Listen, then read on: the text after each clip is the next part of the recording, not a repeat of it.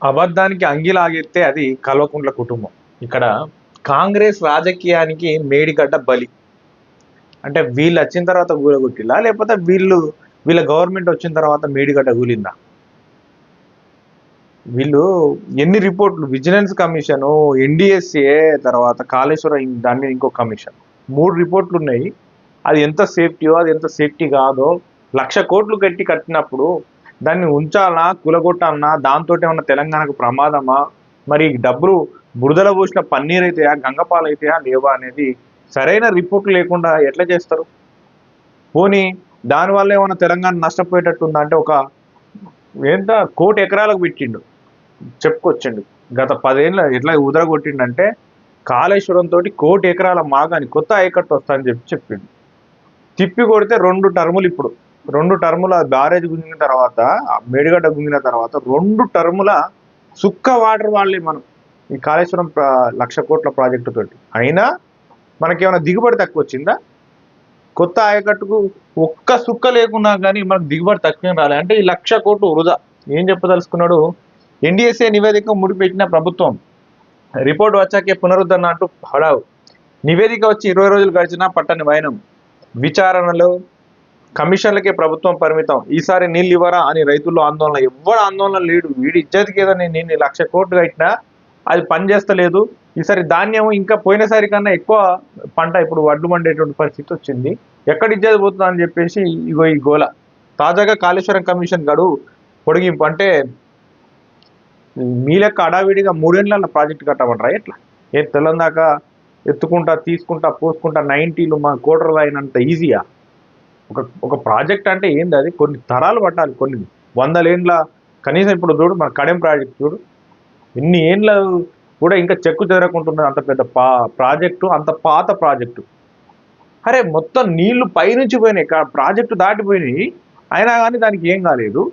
ఇది మొన్న 7వ పిల్లరు కుంగుతుంది. ఏదో పెద్దగా వరదలు వచ్చింది లేదు, పెద్దగా అది లేదు. కుంగడం అంటే మామూలు కుంగుడు కాదు, 2 మీటర్ల లోతు కిందికి కుంగింది. 2-3 పర్రెలు చుట్టుపక్కల ఉన్నటువంటి ఆ బ్యారేజ్లో ఉన్నటువంటి మిగతా పిల్లలు కూడా బ్యారేజ్లలో మొత్తం పెరలు వారినాయి. ఇట్లాంటి దాన్ని ఇప్పుడు ఏం మాట్లాడమంటావు? ఎట్లా చేయమంటావు? ఇప్పుడు ఏదైనా జరుగుతుంది, దాన్ని ఓపెన్ చేస్తారు, అది ఎవరి మీద పుసుకున కనుక కాంగ్రెస్ గవర్నమెంట్ వచ్చిన తర్వాత కుంగితే మాత్రం కావాలని వీళ్ళే చేసిరు అందరు. వాళ్ళు ఉన్నప్పుడే కుంగింది అది. ఏం చెప్పదలుచుకున్నారు వీళ్ళు? కాంగ్రెస్ రాజకీయానికి మేడిగడ్డ బలి. కాళేశ్వరం మరోసారి ప్రాజెక్టు ఎందుకు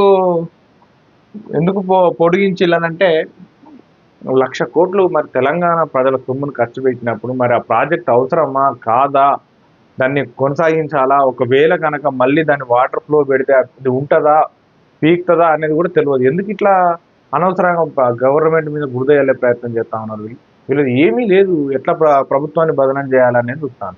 ఇప్పుడు పుష్కున్న దాన్ని ముట్టుకొని ఎప్పట్లాగానే ఆ బారాజుల్లో నీళ్ళు వదిలిపెట్టుకుంటూ ఉండే అంటే ఉండే ఉంగితే ఎవరి మీద మళ్ళీ బదనం?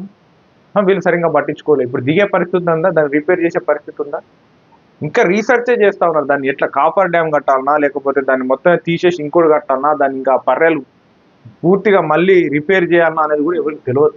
అట్లాంటి ఆగమేఘాల మీద మన ఇంజనీరు, డాక్టరు, యాక్టరు, లాయరు, మన కేసీఆర్ కట్టినటువంటి ప్రాజెక్టు ఇట్లా తయారైంది. ఇప్పుడు మళ్ళీ వాళ్ళనే బదిలీ చేసే ప్రయత్నం చేస్తాను. కమిషన్ గడువు మళ్ళీ పొడిగింపు.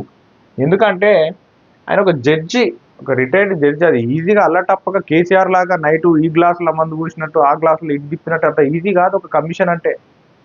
వాళ్ళకు ఉండే స్టాండర్డ్స్ వాళ్ళకు ఉంటాయి. 14 నెలల్లో ఒక ఇంత పెద్ద 1,00,000 కోట్లు ఖర్చు పెట్టిన 3 ఏళ్ళు పెట్టినటువంటి ప్రాజెక్టు నీకు 14 నెలల్లో అయిపోతుంది. తెలంగాణ నువ్వు బలి చేసి, తెలంగాణ ఎంతో పేద ప్రజలను బలి చేసి, ఇల్లు కట్టకుండా, రేషన్ కార్డులు ఇవ్వకుండా, ఆరోగ్యశ్రీ కార్డులు ఇవ్వకుండా, తెలంగాణ మొత్తం బలి చేసి కట్టిన ప్రాజెక్ట్ ఇది. మామూలుగా ఇది తెలంగాణ మొత్తం మూల్యం చెల్లించుకునేటువంటి ప్రాజెక్టు. ఇట్లా కలకల నవ్వుతారు ఇట్లా ఈ కమిషన్లకు ఎగబడి.